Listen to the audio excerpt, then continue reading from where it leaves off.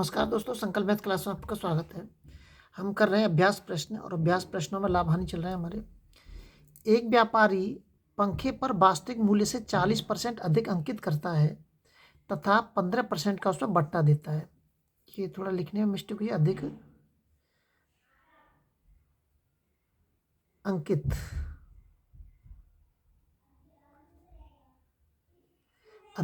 करता है 40% अधिक अंकित करता है तथा 15% बट्टा देता है, तो उसे लाभ प्रतिशत ज्ञात करना है। देखिए 40% अधिक अंकित करता है, मैंने मान लीजिए ये कॉस्ट प्राइस है हमारा 100 रुपये और इसका जो मार्केट प्राइस है वो हो गया 140 रुपये। 40% अधिक अंकित कर रहा है, वो हमें साफ दिख रहा है। तो ये कह रहा है कि अब जो भी छूट देते हैं, हम जो भी बट्टा देते हैं वो किस पे देते हैं? हमेशा अंकित मूल्य पे देते हैं, हमेशा मार्केट प्राइस पे देते हैं।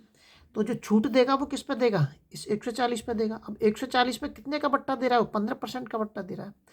तो 140 पे 15% का बट्टा देंगे तो या तो इसका आप सीधा 15% निकाल के इसमें से घटा दीजिए 140 में से, या हम सीधा 85% कर सकते हैं बट्टे 100 लिख सकते हैं। ऐसे भी हम सवाल को हल कर सकते हैं।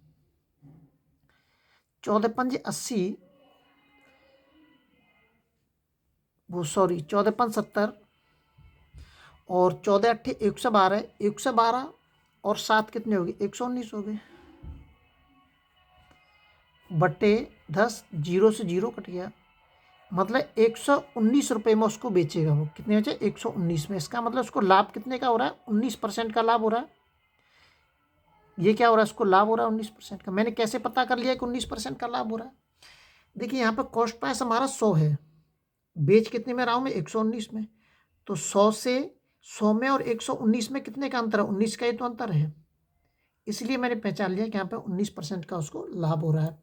इसको भी या रुपए में लिख दो, इसको या परसेंटेज में लिख दीजिए। इसी वस्तु का जो पैसा है वो 100% है और 100% पे मैंने उसका 40% उसको बढ़ा रहा है, तो 140% हो गया है। या आप रुपये सीधे लिख सकते हैं इसको। अगला सवाल देखते हैं। अगला जो सवाल दे रखा है, एक व्यापारी किसी वस्तु पर 20% तथा 10% के दो उत्तरोत्तर बट्टे देता है। यदि किसी वस्तु के उसे 108 रुपये मिले हों तो उस वस्तु का अंकित मूल्य कितना है? मार्केट प्राइस पूछ रहा है। मैंने मान लिया कि जो वस्तु है उस वस्तु का मार्केट प्राइस मैंने मान लिया एक्स। वस्तु का जो मार्केट प्राइस है वो एक्स मान लिया। अब जो छूट देते हैं वो हमेशा मार्केट प्राइस पर ही देते हैं। पहले इसने 20% छूट दी तो 80/100 लिख दूंगा मैं इसे। उसके बाद फिर उसने 10% की छूट दी तो इसको लिख दूंगा 90/100। छूट देने के बाद उसको कितने पैसे प्राप्त हो रहे हैं? 108 रुपये प्राप्त हो रहे हैं। काट दीजिए इसको।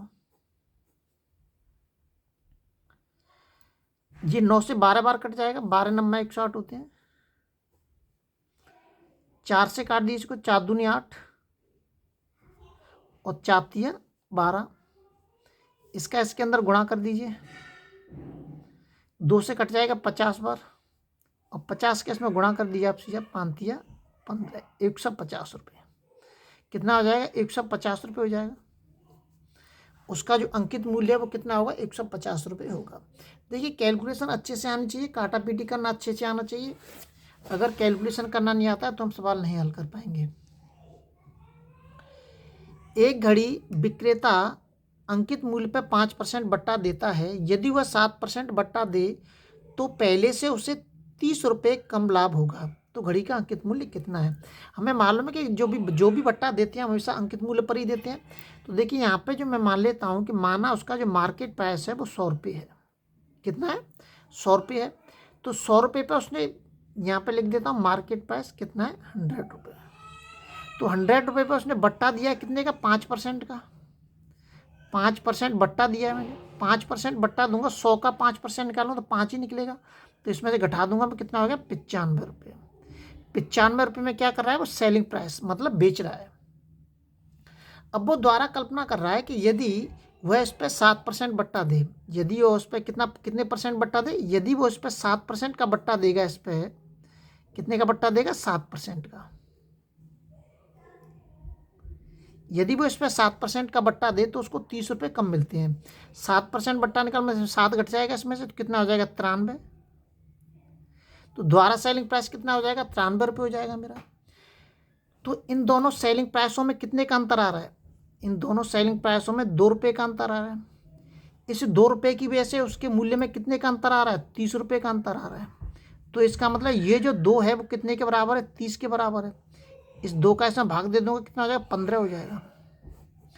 इस 15 का आप इस मार्केट प्राइस में गुणा कर दीजिए, कितना आ जाएगा? 1500।